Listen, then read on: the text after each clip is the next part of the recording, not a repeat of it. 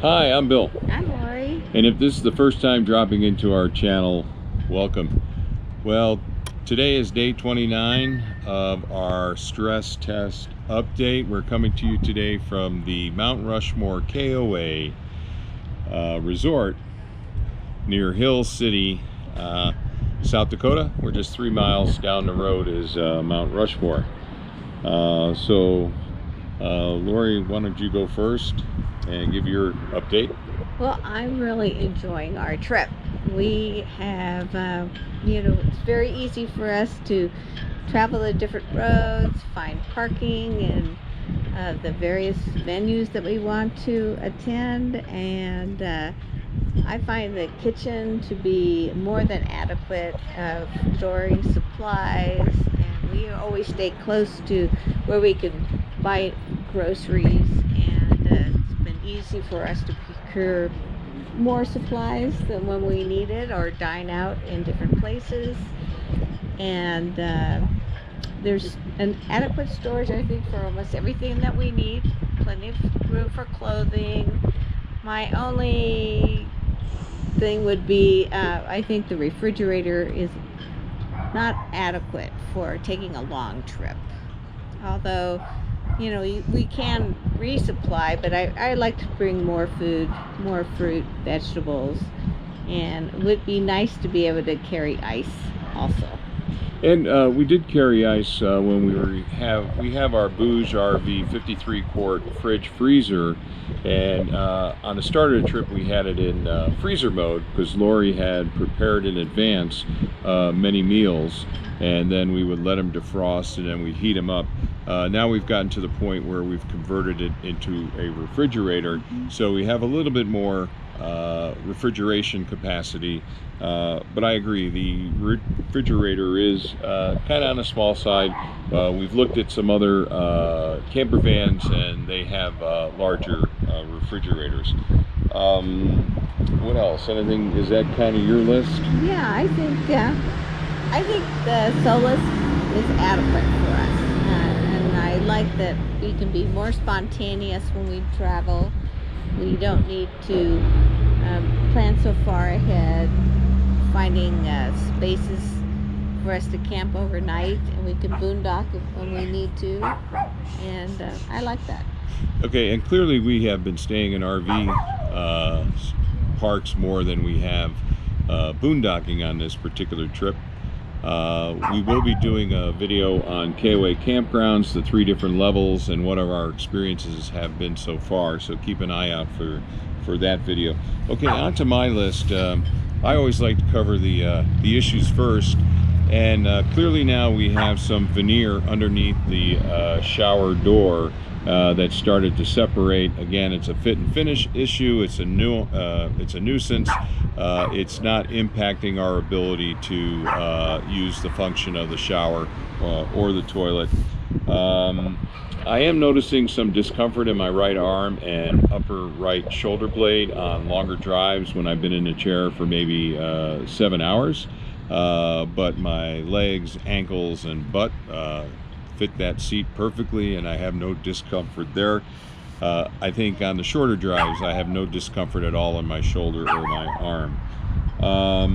We do have some noise from the stove, especially when we go on washboard roads, which we did over in the Badlands yesterday, and when I get home I'll look to put a gasket underneath that to stop that noise. The other thing we noticed, we troubleshot an issue where we kept hearing the water pump going off every 15-20 seconds. Well, it turned out that the valve in front of the sink to recirculate the hot water, if you don't return it to its normal upright position, it'll continue to activate the pump for short periods of time, so we tracked that one down. Overall, I remain positive about the Solis. Definitely it's giving us experiences we would not have been able to experience in our Class A motorhome.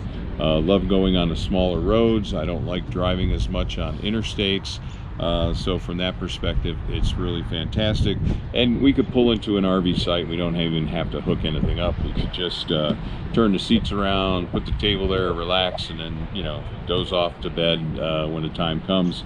So really enjoying. So one thing I was wondering if you comment on how it was to drive at night, because I know you don't really like to drive at night. Yeah, I still don't like to drive at night, especially where we're at, up in high elevation, heavily forested, with, you know, longhorn antelope and deer and the what do they call the sheep with the big horns? The big horns. Yeah, I don't Horn like sheep. it. I don't think I will ever like driving at night. But you know, I do, but I prefer not to. So, but again, the bright switch is very easy to operate to get your bright lights on, and so that's working out very well. All right, so that's kind of our oh, go ahead. What about the brake light? Oh, so we consistently get the brake warning, brake system warning light on.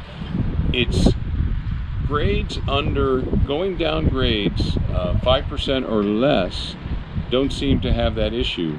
It's inconsistent when the grade is a 6 or 7. We've gone down some 10% grades. Sometimes it goes on, sometimes it goes off. So when we get back home, I'll dig into that a little bit more to make sure it's not a shortage of brake fluid. You know, I'll dig into it a little bit more. Right now, it's not impacting the functionality of the brake system, but it is a bit of a nuisance to have it go on all the time. You know, is it an anxiety driver? A bit, but you know. And so what do you do when the light turns on?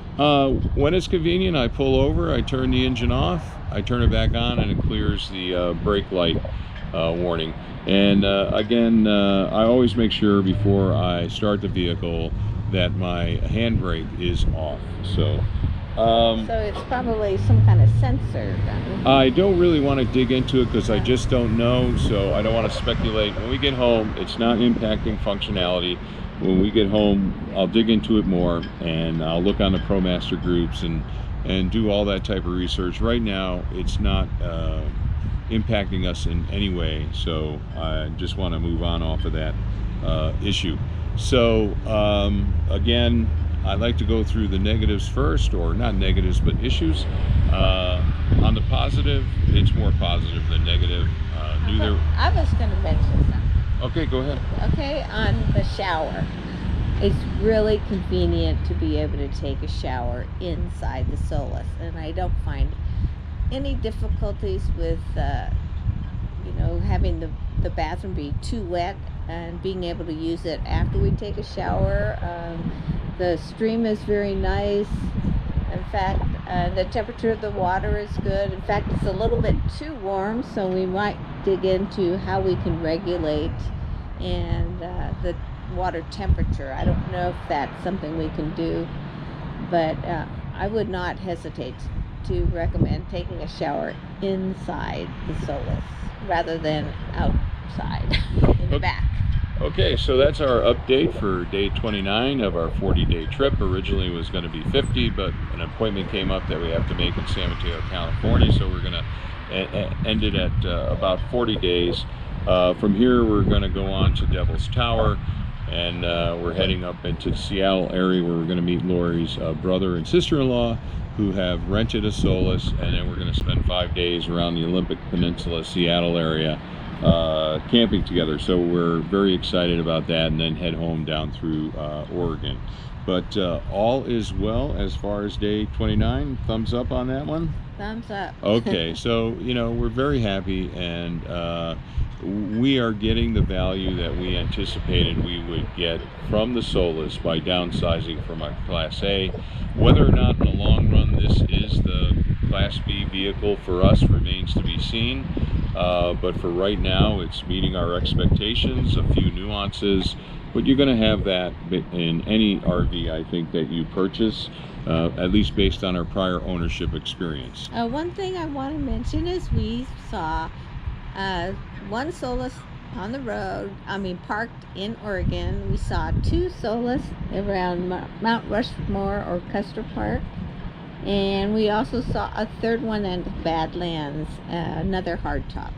Yeah, we saw our first hardtop. I believe Richard was the owner, and I forgot the name of the other person. But we did meet Hubert and Susan and their 3 daughters with their 59P over in Custer State Park, and then we met Hector and his family at Crazy Horse, and that was a good time. And I think we posted a picture of all of us together on the Solis Owners and Wannabe group on Facebook. So love it. The camaraderie is high, and it's always fun sighting another Solis. So okay, I think that's about it. If you like this kind of content, please give it a thumbs up. As always, what do we say? Like, share, and subscribe. And thanks again for dropping into the channel, and we appreciate your continued support. Be sure and check out our links in the video descriptions. We have many of the items that we're using as part of our travel that we recommend, and if you use one of our links to check it out and purchase something, then we make a few pennies off of that, and that's always appreciated. All right, till next time. See you from the road. Bye.